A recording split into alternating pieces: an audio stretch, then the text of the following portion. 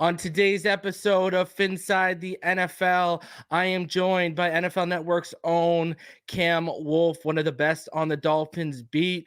We're going to talk to his contract, Tyreek's desire for new money. I'm going to ask him about training camp, what rookies intrigue him, what training camp battles intrigue him as well. So please do me the favor, smash the like button, subscribe if you are new to the channel, and as always, let's get into this.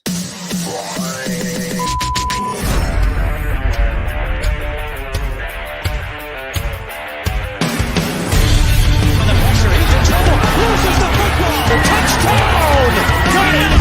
You have got to be kidding me. Jalen has a Dolphin touchdown. And he will score. Field on the near side, that open touchdown.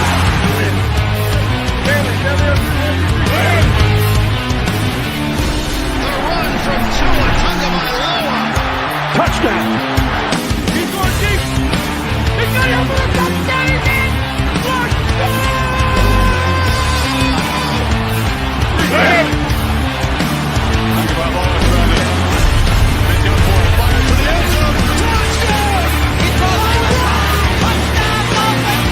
Beautiful day to be a Dolphins fan. Let's go!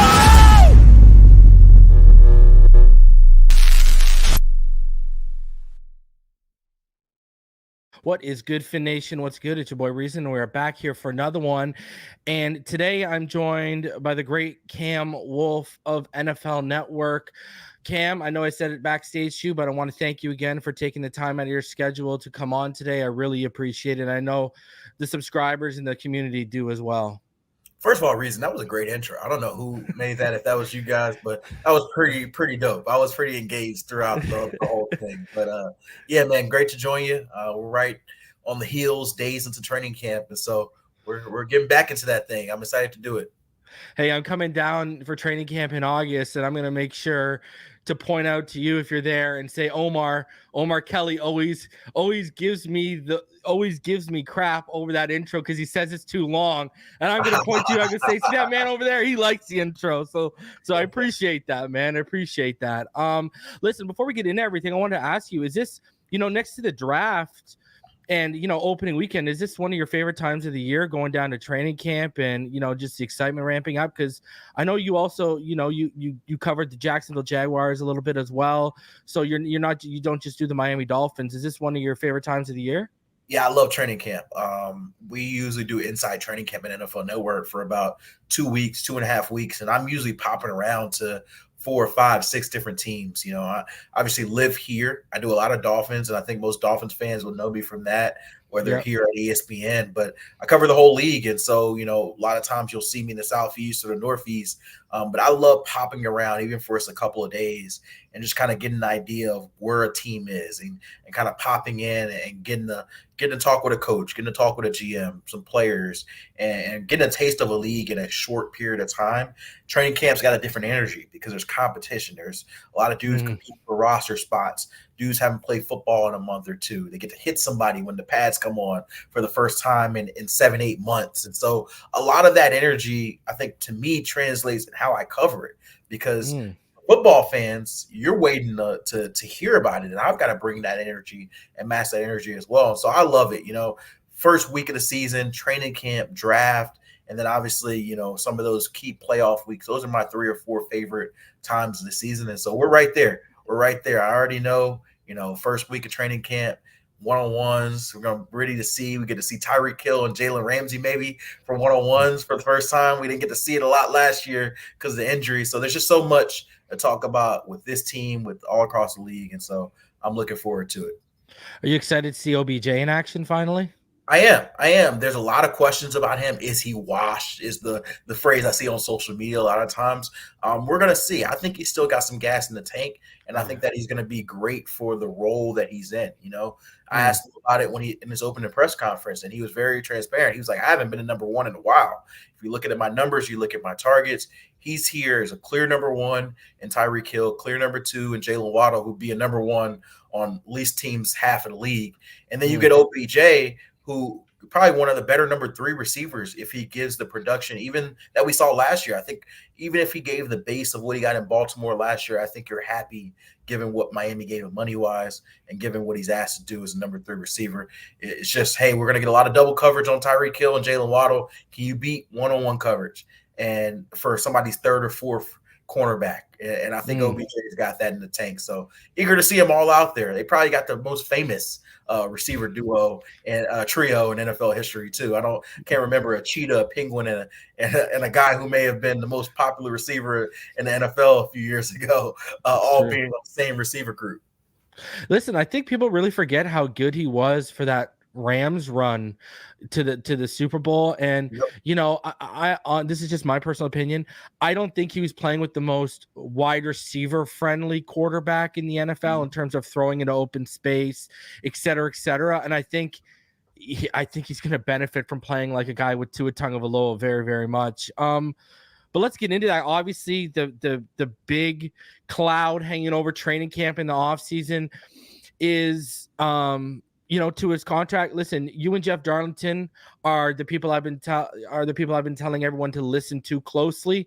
You know, you guys have been pretty assertive that a deal is going to get done. I know the timeframes have kind of switched based on, because it's a fluid situation, right? I know the timeframes have kind of switched to, expected before training camp to maybe in between training camp and the start of the season. Do you think there's still a chance a deal gets done before training camp opens next week, or do you think this is the thing that's going to drag out? No, absolutely. I definitely think there's a chance it's done before the start of training camp. I think deadlines spur action, right? And the next soft deadline is the start of training camp, because obviously training camp creates a whole nother avenue. And, let's just be devil advocate for a second. Last time we saw Tua in OTAs, he was choosing not to do all of workouts. And so he wasn't doing 11 on 11 drills. Do you open up that other window if he doesn't get a deal done? There's just a lot of headache potentially that you don't necessarily want to deal with. Now, it's not the end all be all. I can certainly see a situation where it's not done by the start of training camp, but it's still done before the start of the season. To me, I would expect, based on what I optimism from both sides, that there is a deal done before the start of the regular season. I think the question is training camp. Are we close enough to get something done before a week from now? And so that's where I talk about deadline spur action. I think that we're in the ballpark, but there's still ground to be had, and it's who is willing to bend. Are both sides willing to bend? Are the Dolphins willing to bend? Is Tua's team willing to bend? I think Tua said it best. The market is the market. And so we know that he's going to want to be paid in that $50+ million market, the area Jared Goff and Trevor Lawrence are in. Now, you can haggle about, does he get 53? Does he get 55? Does he get 56? Is the guarantees as high as Joe Burrow, or are they closer to Trevor Lawrence? I think a lot of that is where the debate is right now. But I think that the Dolphins very much believe that Tua is their franchise quarterback, and they know they're going to have to take care of him. It's just, can we get those final details to get done? I don't think anybody wants this hovering over their head as they start the regular season. Let me ask you this, because you're in the building. You've talked to Mike McDaniel. You understand Mike McDaniel pretty well. You've been around him for a couple of years. I could imagine him right now not wanting to get in the middle of it. Right, not wanting to, look like he's choosing sides. You vouch for Tua, you could, rub Greer the wrong way and vice versa. Do you think, with the expectations on the line, that once training camp starts, we're not with new faces? We talked about OBJ. Jonnu Smith's been added. You want to create that chemistry between your new center Aaron Brewer and your quarterback. Do you think there's going to be a point where Mike McDaniel looks and says, listen, I can only go so far here with Skylar Thompson and Mike White. I need my guy in camp. I need to, this offense needs to be steamrolling when we enter week one. Do you see a world where maybe, McDaniel whispers in the ear, hey, I need my guy? No, I don't. I don't think that happens, and I don't think it needs to happen, honestly. I think that, Chris Greer in the front office know how valuable it is, and that's kind of what I was referencing before. Hey, you don't want anything to affect your play, right? I think Mike McDaniel's been clear in that his job is that I need to get my team ready for the season, and I want whatever that needs to be done to get my team ready for the season. And if that means giving Tua a contract, that's definitely what I want. But at the same time, he's got to understand they're building a team. And so whatever the negotiations are, I'm sure they are for a reason.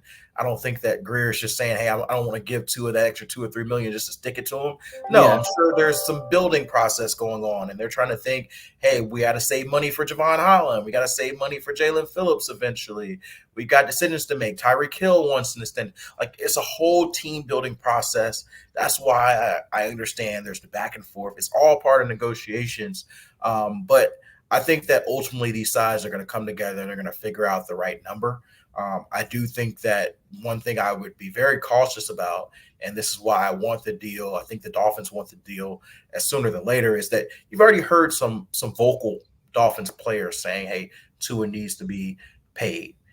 This needs to happen. And you heard Tua say the last time we talked to him that he struggles to separate the business for the personal, which I thought was a very honest and admirable thing to say, because some people will say, hey, I can separate it. But I know for me, if I'm waiting for, which I'll be blessed to get at some point in my life. If I'm waiting for a $50 million extension and it may or may not happen in the next few weeks, it's going to affect my ability to do my job.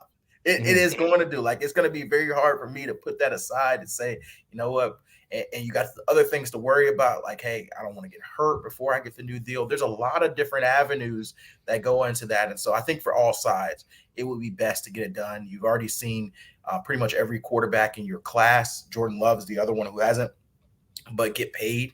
And so it's simply his turn. And so they know that. I don't think Mike needs to say anything else. They just got to get those numbers right. Is that the sense you're getting being around these players, that they're a little bothered? I mean, they watched Wilkins, basically answer the call, right? They asked him to show us your tenacity and show us your ability as a pass rusher. He delivered. He ended up getting paid elsewhere. You brought up injury. I mean, these guys knew Connor Williams wanted to be one of the top paid centers in the league last offseason. No deal formulated, and he ended up almost jeopardizing his career with the injury he had. Do you get the sense that players are kind of looking sideways at this situation a little bit?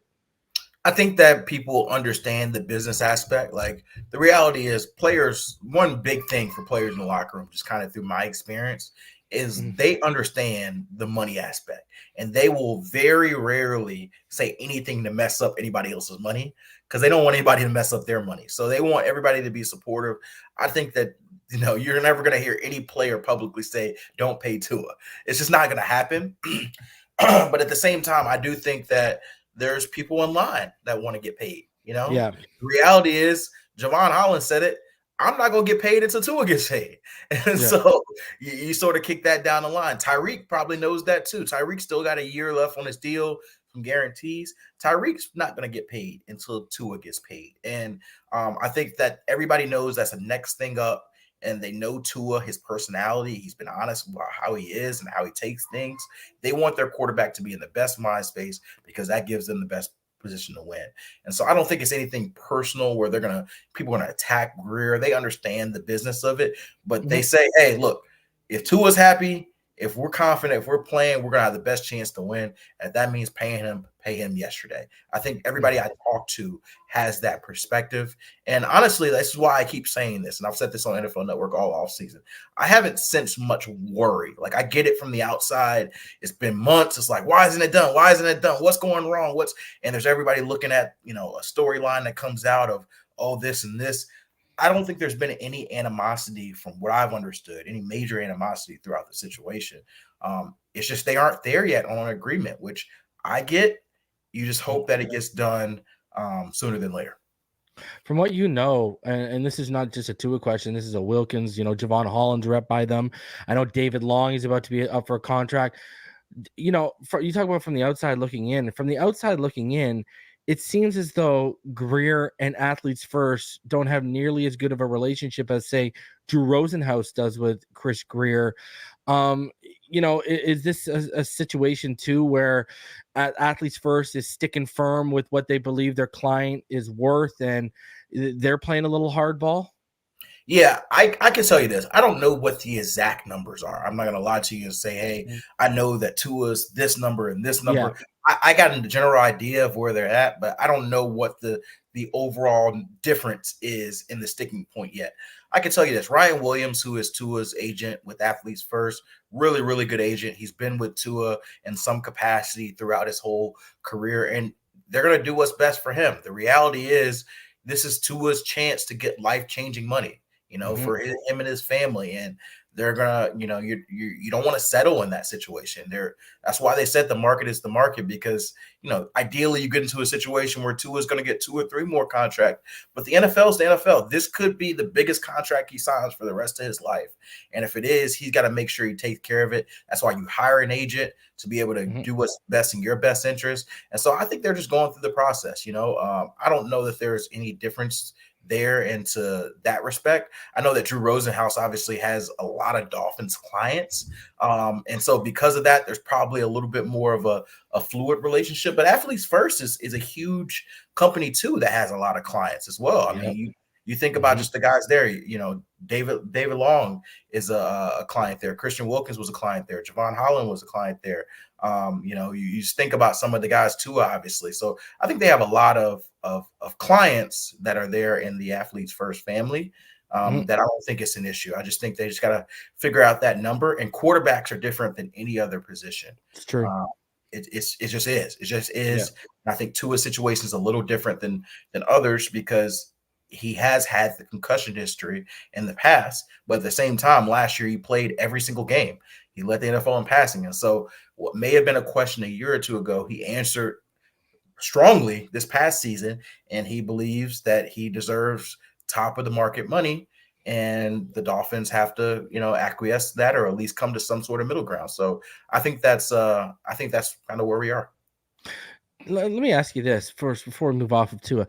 Do you think he's kind of underrated right now? You mentioned he led the league in passing last year. You look at the last 2 years, under Mike McDaniel, he has more yards and more touchdowns than Justin Herbert over the last 2 years.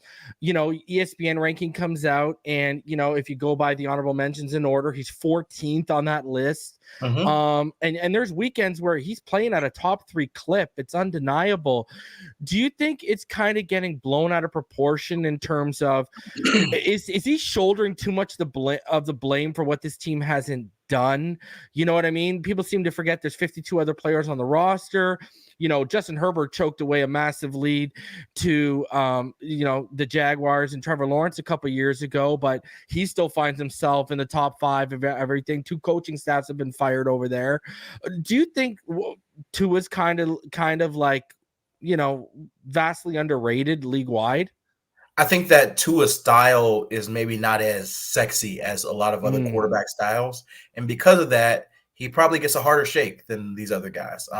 To be fair, like I saw the ESPN ratings too.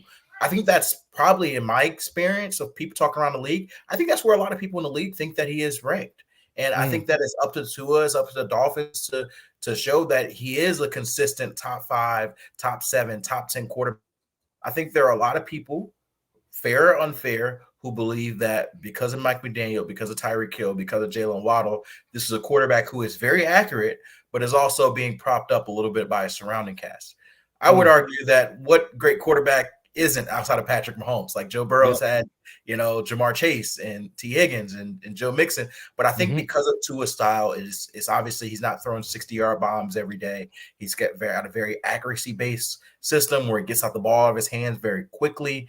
mhm, Because of that, it is just a different style than what people are used to viewing. And I do mhm. think that perception becomes reality. People are going to remember those first couple of years. As much as you tell how to tell people, it's a different coach, it's a different guy. People are going to remember Tua being benched late in game for Ryan Yep. Fitzpatrick.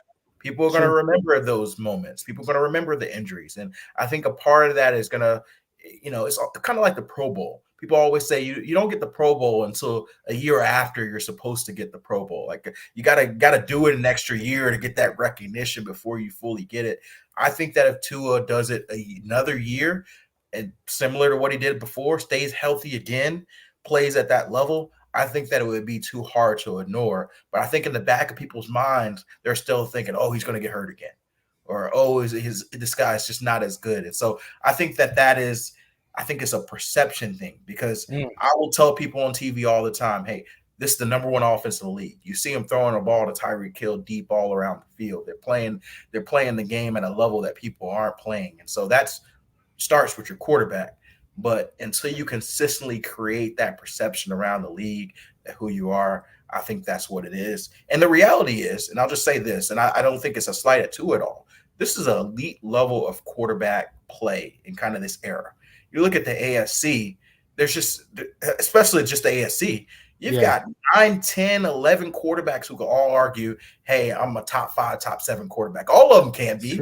So there's somebody that's got to be in that 11 to 15 range, which I don't think is bad. I just think the level of elite quarterback play, particularly in the AFC, has risen to where there's just not a lot of difference between these guys, and the guys who have the quote unquote sexier play and the guys who win are going to be the guys that rank higher. Now, Tua comes out here, repeats it again, leads this team to, let's say, at least the AFC Championship game. I guarantee he's going to be on the top 10 of that rankings next year. Yeah. Listen, I've said this before. I'll say it to you, Cam. This team, I really think this is what this is my only sticking point with the negotiations is you've dodged it the last 2 years.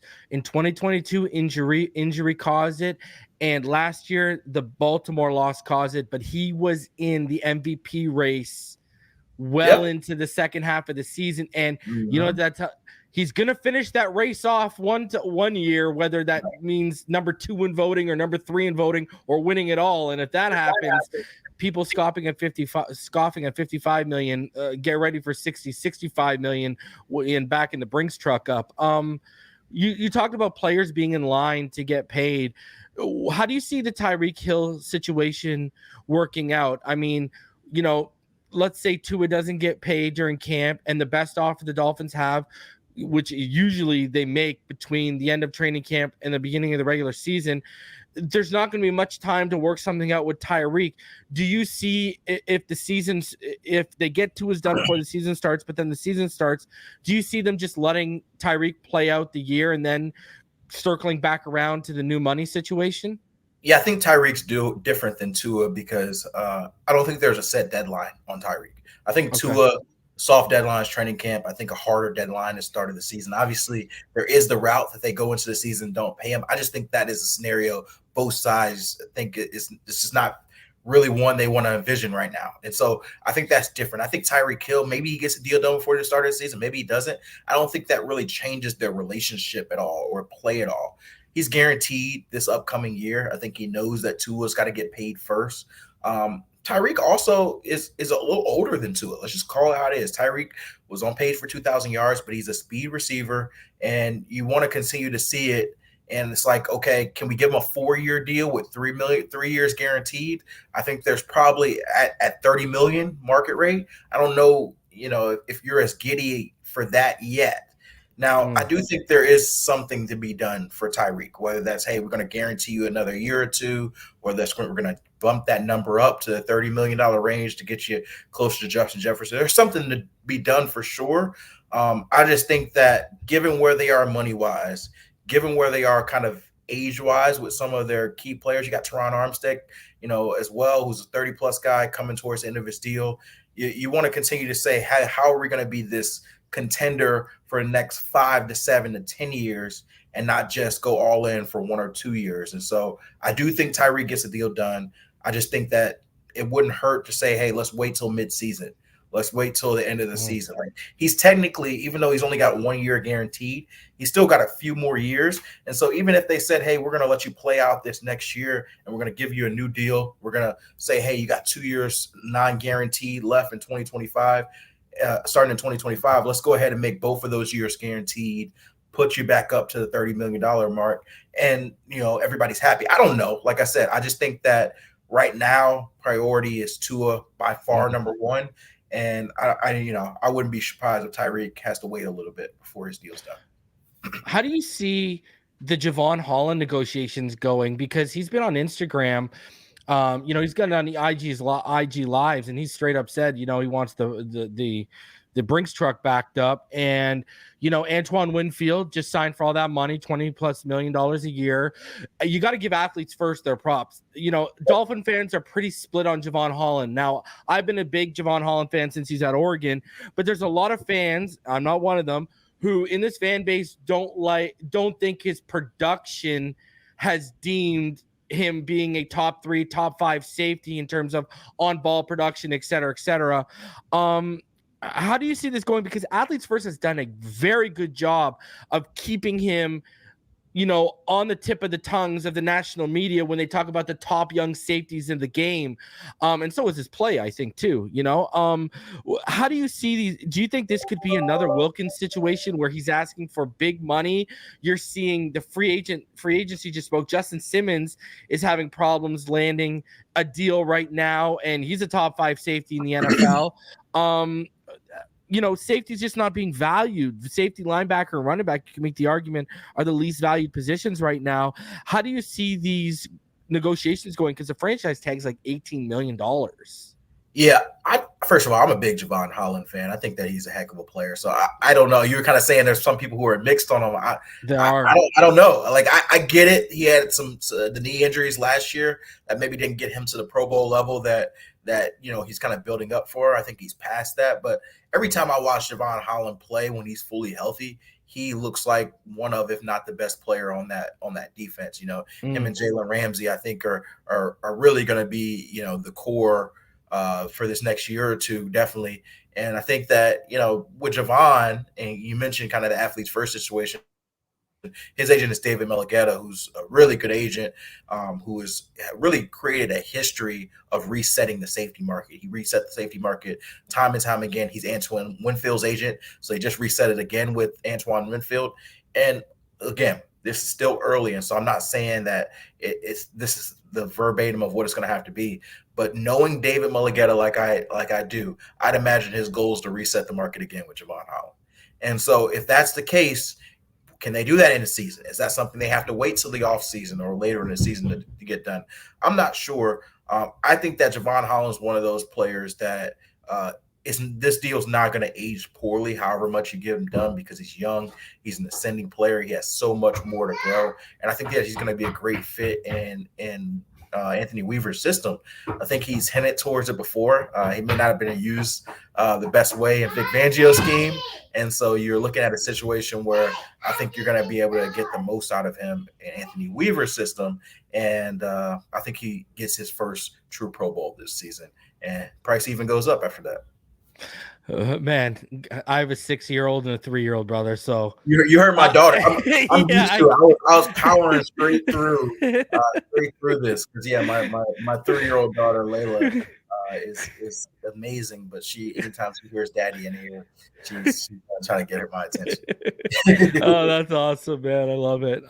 Girl dads, man, love it. Just speaking on that, man, I wanted a boy growing up, and I've been blessed with 2 girls, and I wouldn't change a thing, man. I love it, man.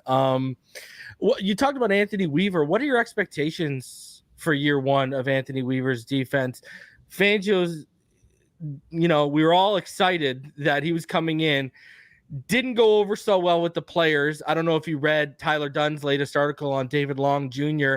And David Long, his history and his past, but there's a part in that article where he basically says, the players are relieved he's gone and they're happy to be under a guy like Anthony Weaver. What are your expectations? Because, if you look past week 6 last season, Fangio was – now, we had a few slip-ups along the way, i.e. like the last 3 minutes in the Titans game.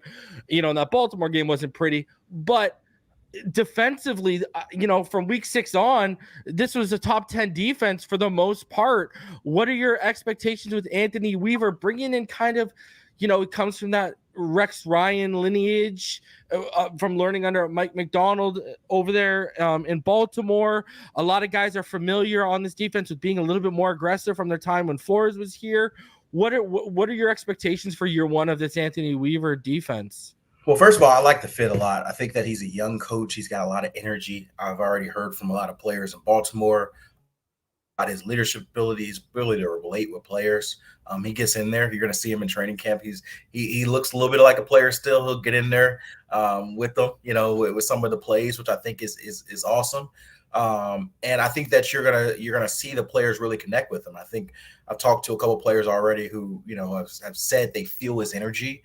And as you mentioned with Vic's just a different style of guy. Like, I've reported a lot on Vic before, and this is not a period just to kind of stomp on Vic. But he just wasn't the style of players that the players wanted to receive. I think there's very much a lot of Vic's experience of, hey, this is the way it is. This is my way, and he's not a very vocal guy.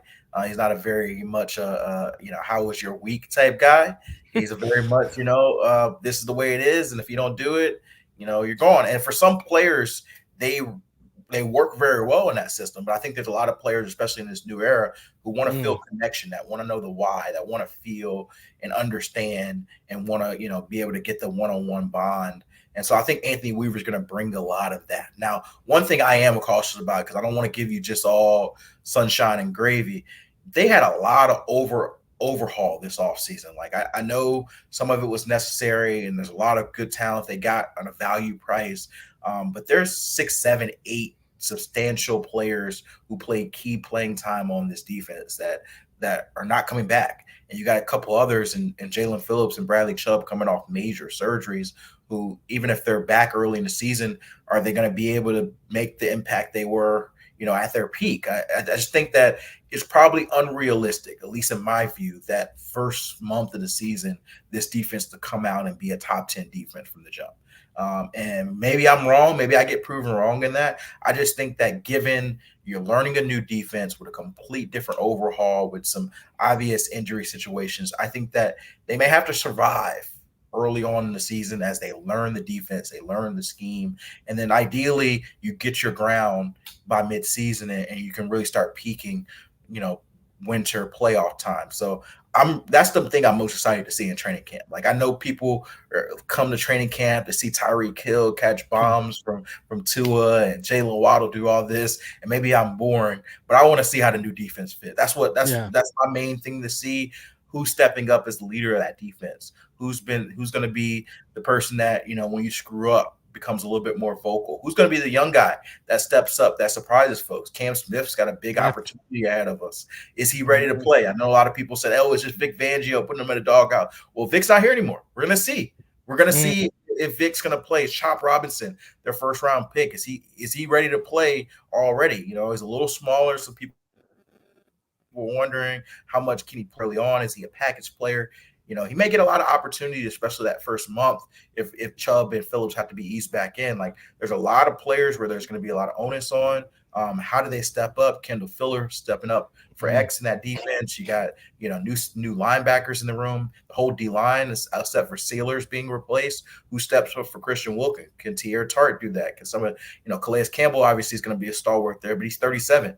How many plays is he realistically going to be able to play at this stage? I think that there's going to be a lot of questions that I have early on that I'm excited to see how they answer. I just want to caution Dolphins fans that if it doesn't happen in that first 4 or 8 games, I don't think that it means panic. I just think that it should be realistic to expect it to take some time. Do you expect Jaelan Phillips to return to the lineup quicker than Bradley Chubb? Like, do you expect Phillips to be back around, September? And do you think a safe target date for fans to expect Chubb would be like November, December-ish? I think if you ask Jaelan Phillips, he'll tell you he'll play tomorrow. Jaelan Phillips is obviously very confident in his ability to recover. I think that you got to be careful. I mean, the Achilles is a very serious injury. I think there's been a lot of strides done in that surgery that it used to be a full year that you had to essentially be out, and now it's become more nine months, like an ACL, and sometimes even earlier. I think if 9 months would put him right around the start of the season, or right before the start of the season. I think 10 months will put him into week 1, week 2 area. And so would it shock me if Jaelan Phillips is on the field week 1? No. It would shock me, and it would shock me in a good way, which would be good for him, if he is 100% his normal self, being able to impact plays like he was in the middle of the season when he started to get hot. I just think that he's going to take some time coming off that injury, but he works incredibly hard. you guys saw the video, and I think that's only a glimpse of how hard he worked coming back from things. And so I'm sure his goal in his mind is I'm back week 1, and maybe he does. But I just think that I think the Shaq Barrett signing is going to be huge. I think the Chop Robinson addition is going to be huge because I think the worst thing scenario is that you rush back too much and you compromise the rest of your season. I think we talked a lot about this team in the playoffs, and I want to see Jaelan Phillips and Bradley Chubb sacking people in November, December, and January. If they get sacks in September and October, great. Mm-hmm. But my main thing for me, and I think the Dolphins, would be the back end of the season. So I honestly don't know where either of them realistically, and maybe we'll get a better answer to start at camp. What's a realistic date to first see them? I know both of them had week 1 as their personal goal, but sometimes players' personal goals are tamped down by teams as we get into training camp. Listen, one of the big things about this platform is the NFL draft, and I started hyping up Chop Robinson in November. And when we drafted him, honestly, I was so happy. Listen, I look at what Anthony Weaver did with Justin Matabuki and his work with the defensive line. And, Chop Robinson, his biggest issue for me was his hand placement and just a little bit need to be cleaned up technique wise, but what rookie doesn't. And I'm telling you, if he gets the snaps, this could be a thing where I think he could be, because of how big of a pressure. I mean, we all saw what he did to Michigan. Right. And, I truly think this kid has the ability where if he puts it all together, you could be looking at a defensive rookie of the year candidate with his ability. Like, this is a guy who could finish with, 9 or 10 sacks in a season if everything goes right. I'm just super excited to watch him. And one of the sleepers I have making this team from that edge position, I love Grayson Murphy. And I think he's gonna offer something for this defense. What rookies are intriguing you heading into training camp? Because another guy that I'm huge on is Malik Washington. I think even with the OBJ addition, you got a guy who's just going to be able to feast underneath and in the slot. Who are some of the guys that you are really looking forward to watching? And is there a rookie you think might break out in training camp? Yeah, I'm eager to see Chop Robinson as well. I think your first round pick, you bring him in with the idea that he's gonna, earn however much role that he can have. There a lot of times rookies, especially for good teams, get an opportunity to have a little bit of a redshirt year. I think Patrick Paul is probably going to be in that category as long as Toronto stays mostly healthy. You still have a little protection behind him, and so you can let Patrick Paul learn and grow. But Chop Robinson, if he's ready to go, he's going to be out there. He's going to be out there and play a lot of snaps. And so I'm eager to see what his readiness is, how much of an impact he can make. I was watching a lot of Baltimore, last couple of years, and even some tape this offseason.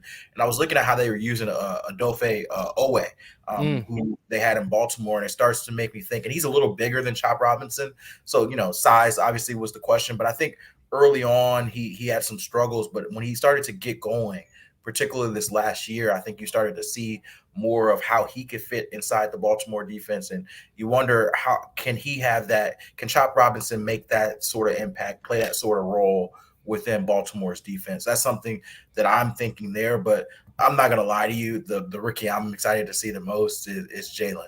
I'm excited to see the third Jaelan, Jaelan Wright. I think that actually the fourth Jaelan, right? I think that his speed, although some people may say, hey, we could have took this position, we could have took that position. I think Mike McDaniel has a plan for him, and I can't wait to see it. To see it. I wonder if we're gonna have some wishbone 3 running back sets. I think that's, I'm just like fans in that you're just eager to see what he's cooking up in there. And so I could tell you, this guy and that guy, but I want to see Jaelan Wright, especially when the pads are on, and see what type of formations they have on. I'm with you. I think Malik Washington can earn a role within this team, be a third or fourth or fifth receiver here, maybe a returner, and play a role there for sure. But Jaelan Wright's the one that I'm gonna have my eyes on the most.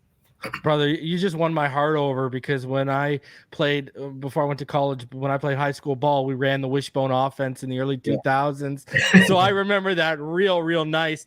And listen, I every year I release a draft man crush list, and last year my top man crush was Devon Chan. Mm-hmm. I fell in love with him when I was watching Isaiah Spiller's tape when he was coming out. And then my running back man crush this year was Jalen Wright. And it was the first time in the Chris Greer era they ever traded up in the draft to select a running back. So I gave myself the old Barry Horowitz because I felt a little special about that. But, that's a listen.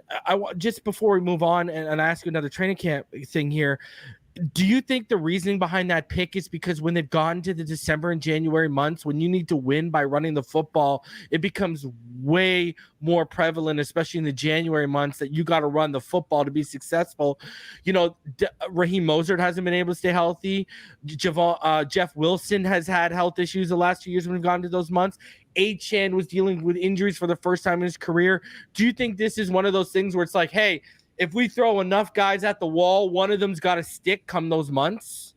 Yeah, I think that when you look at Mike's history in San Fran, they've always had 2, 3, 4 running backs. That's sort of the way of the land. And when you have speed backs, the other side of that is that they may not be able to last the contact throughout the season, right? And so if you ask all these guys, they definitely think they want to play all these games. Raheem Mostert, I think, it stayed healthier than many people expect the last year or two, and that's kind of earned him some cachet. But I think that it would probably be foolish to expect any of these backs to play all 17 games. I think you take it as a welcome kind of blessing if it does. And so you're going to need running backs to go throughout the season, especially speed backs. And so and the reality is you look at Raheem Mostert, who sort of defied age, and I think given his lack of mileage, probably can play another 2, 3, 4 years, but he's over 30. Jeff Wilson's getting up there. So I think if you trade a 2025 pick, you're almost thinking like, if Jalen Wright comes in and makes a huge contribution this year, great.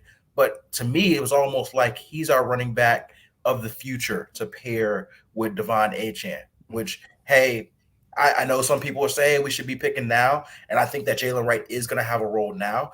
But if we're drawing up how things playing now, I find it very hard to see him getting significant snaps over both Raheem and Devon Achane. Maybe he beats out Jeff for the third running back role, but I think he's probably more waiting for an injury to happen to have an impact rather than him already having, more than 5 carries a game or 5 touches a game, right? And so I think he's more in this season, at least in my vision, insurance for injuries, which could be a huge insurance. Like Achane got hurt multiple times last year too. So it's not like, it's just a redshirt year. I think that he's going to have an impact, but I think the real vision is, hey, this guy can be a big impact in a 2-man system for 5, 10 years for us down the line. And I like that from that vision. What's the most intriguing training camp battle for you? Because a lot of people are talking about how, we talked about Malik, they've added Tajay, OBJ, Eric Ezekiel's expected to continue to develop under Wes Welker. A lot of people are talking about Braxton Berrios and River Craycraft got to be looking over their shoulder, but this coaching staff loves River Craycraft, so I have a hard time getting on board with thinking he might get cut. But so that's the most intriguing for me. What's the most intriguing training camp battle for you right now? Yeah, I think it's cornerback 2 and 3 for me. I think that's really the spot I wanted to do. And again, I've looked at social media a little bit, and so I know there's a little bit of a polarizing thought on Xavier Howard, and maybe it was his time to go. But I think he's arguably the greatest cornerback to ever play here, and I think that's going to be a hard position to replace. I know he, towards the end of his tenure, wasn't the same X, but I think he was still a quality starting cornerback. And so, you got Kendall Fuller in the mix, who's probably the penciled in replacement there for him. But you also got Cam Smith, who they drafted in the second round last year. You got Kader Kohu, who had a rough year last year. Let's just call it what it was, but had a promising year before that. Kenny bounced back to what he was doing as a rookie under a new DC. And then you got Nick Needham, who's still hanging around there, who has played a lot of nickel in his past. I'm curious to see how the rest of that works out in that cornerback room, because Jalen Ramsey's going to be there as your cornerback 1, and teams are going to be avoiding him, and they're going to be looking towards the other side. And so is it Kendall Fuller? Is it, do Cam Smith show enough that Cam Smith can play inside, and then maybe you put Kendall Fuller in the slot? Can Cater Kohu bounce back and earn that slot spot? And it's just Kendall Fuller versus Cam. To me, the back and forth between cornerback 2 and cornerback 3 is probably the one that excites me the most. Man, and let's not forget the fastest player on the team, Ethan Bonner, right? Bonner, who showed that's a great point. Appreciate you reminding me, because Ethan Bonner definitely showed a lot towards the end of the season, and that speed is real. And so Ethan Bonner may not necessarily be at the front of people's minds for that starting battle, but I definitely think that he's got a really good shot to make this team. And all you need to do is make the team, and you get yourself into some reps. So Ethan Bonner is definitely in that mix too. Yeah, I mean, Fangio's notorious for not liking young guys, and the chances he gave Ethan Bonner, he made some PT over Cam Smith late in the season. So say what you want about Vic, but I think that says a lot about Ethan Bonner as well. I do too. Final question for you before I let you go. Do you think Brandon Aiyuk or Davante Adams come to the AFC East? I mean, there's rumors running rampant on X right now. Good old Pretty Ricky back at it, who's beat a lot of people to some sourced information. Pretty Ricky's out here, and he's talking. The rumors are now running rampant that the Raiders could do a swap of Adams for Aiyuk. Either way, do you see the Bills? They don't really have a number one. Keon Coleman, Curtis Samuel fits more than number 2 mold. I think there's going to be a lot of work for Dalton Kincaid if they don't add to that receiver room this year. I mean, then, the Jets and his tie with Davante Adams, et cetera, et cetera. Do you think one of those 2 guys ends up in the AFC East? I don't know, man. I don't know for sure. I'm not going to lie to you. I will say this, the Patriots did a lot of homework. I spent the draft period at Foxborough. They did a lot of homework on trading for a big-time receiver. It didn't happen. I know they've had talks with San Fran in regards to Aiyuk, Debo, one or the other. And so I'd imagine that they're definitely in the mix for those calls. I know Brandon Aiyuk would love to play with his old college buddy and Jaden Daniels and Washington. And so they would certainly be a team I keep an eye on. And then Pittsburgh as well. The Steelers definitely are looking for another receiver too. So I'd say those are the 3 teams that I've heard most in, and I know Antonio Pierce has had a relationship with Brandon Aiyuk, and they know they need a little bit more. The Davante Adams stuff has been really weird this offseason, because every time I look up, it's like Davante Adams flirting with the Jets, and I'm like, isn't he still a Raider? Like, what are we doing here? So I don't know. I can't tell you for sure where he's going to end up. I just can't wait to see. I think that's a storyline to follow in training camp. From what I understand, San Fran is still telling teams that we're not going to trade him, we're going to keep him. But teams say that until they get an offer that blows them away. So we'll see. Listen, I lied. I got one more question, because people would come for my head if I didn't ask you.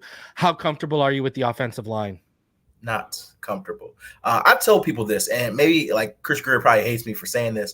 That's the position. I think that's still the biggest hole for this team. I'm just not comfortable. And I get it. Last year, Butch Berry did a great job with this group, and really I think a lot of people had questions about the offensive line last year, and they found a way. And I think Tua deserves a lot of credit, because he had the fastest time to throw in NFL, covered up a lot of holes. Butch also covered up a lot of holes in how he coached these guys. But I think that there's definitely some concerns here for sure. I mean, Teron Armstead is going to be, if he's on the field, one of the top 5 left tackles in the league. But the reality is, and Teron would tell you this, he's got to prove that he can stay on the field. He hasn't done that yet. And so when Teron's down on the field, this is a completely different offensive line. You got Isaiah Wynn, who definitely had a good year last year, but I'm not super comfortable with a guy coming off a major quad surgery and you're just penciling it in as a guard. Starting guard, when he didn't have that spot locked in until his 6 games last year. And you got a guy, Aaron Brewer, who's an undersized center. Maybe he's a great fit in the scheme. I get it, but I still have questions there. I don't know. I just think that this is the position that would concern me the most. If you say, hey, why are the Dolphins not winning another playoff game if that's how it ends? I would tell you because the offensive line did hold up. Yeah, the depth is crazy. I tell people this all the time, Cameron. our right guard, Jack Driscoll and Liam Eichenberg, you have to be actively rooting against Eichenberg so we at least have a competent backup center if anything happens to Aaron Brewer, because we don't even have that right now. You got a bunch of UDFAs. You know what I mean? It's the depth's not great. I watch Jack Driscoll a lot in Philly, and I think he can play.